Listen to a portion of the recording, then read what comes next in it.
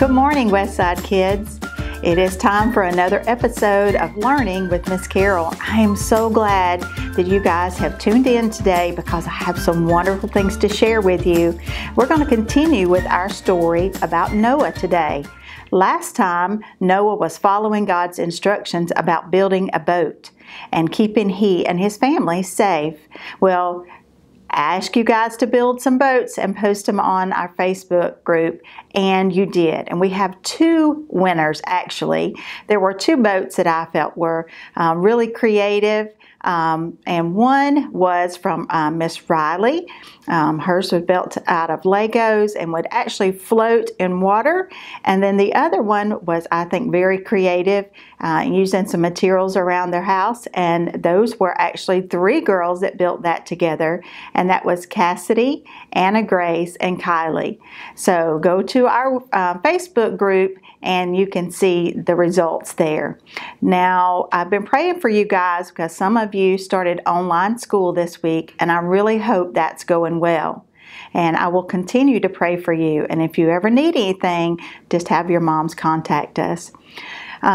So today, in part of our story, we're going to continue with Noah and his family and all the animals gathering on the ark.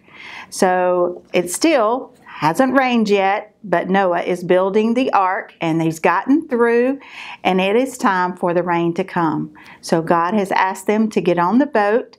So they've gotten on the boat and God has shut the door.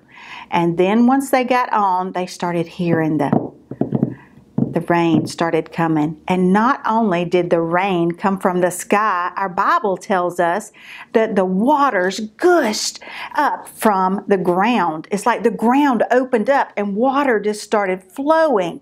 And that is where all of the water and the floods came from. Now, it rained for 40 days and 40 nights. That was a long time for it to just continually rain, but Noah and his family were safe. Now, we're spending time in our homes doing school and trying to keep safe.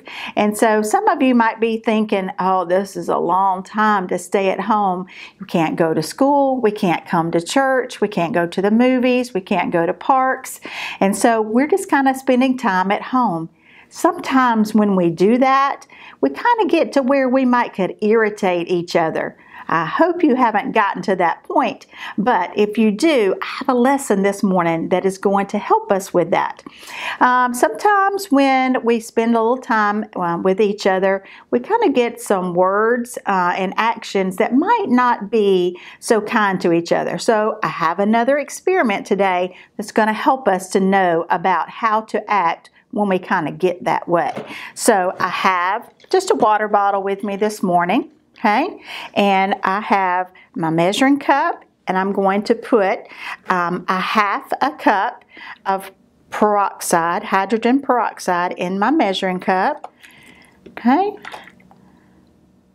and there, I'm going to put the funnel in my bottle so it goes in easier.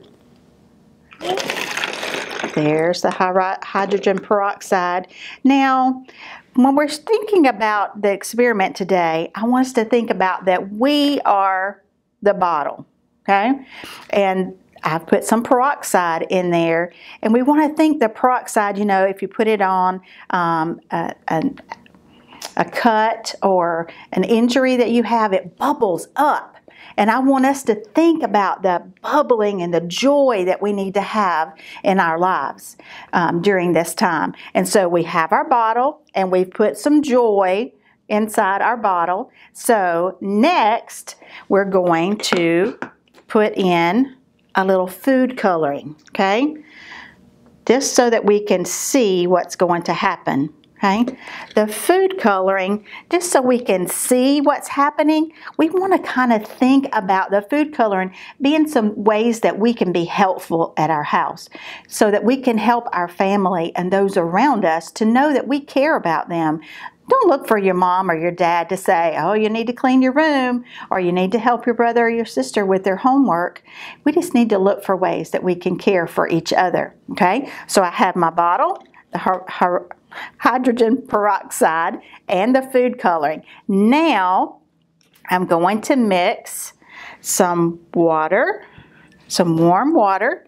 I have 3 tablespoons of warm water that I'm going to add to this cup. All right, and then I've got a packet of yeast. If your mom or your grandma or anyone in your house likes to cook or bake, you might have seen this before. It's really good when you're baking bread. It helps it to rise, okay? So I'm going to put the yeast in with the warm water, okay? And then I'm going to mix it up really, really well. And I hope that while we're talking this morning that you guys, I'm going to remind you, and I hope that you are still continuing to wash your hands and go by all the guidelines. It's really going to help us to stay safe while we're at home. And so to help us remember that too, I have some soap. And I'm going to put a tablespoon of the soap in our bottle also. Now, our soap, we're going to kind of think about that we're still continuing to follow the instructions of being healthy and safe, and just like we would with soap, okay? So I have the soap there, okay? And you know what? My yeast is kind of thick, so I'm just going to add a little bit more water, okay? Now, oh, that's working much better. Okay, now it's time to see what is going to happen. Because you know, sometimes when we say unkind things or we don't put positive things in our minds, when we get agitated or irritated, the ugly is what comes out. Okay, so that's why it's always important that we put God's Word and we're careful about what we watch and what we listen to, so that we're not putting the wrong kind of things in our hearts and our minds, so that when we do have a chance to spend time with others and we're in close contact, that we don't end up saying and doing things that are unkind to others. Now, let's see what's going to happen. Remember, I have our bottle, our hydrogen peroxide, a little food coloring, and some dish soap, and our water and our yeast. And I'm going to mix that in. Oh, here it comes. Are you ready? It is bubbling over, okay?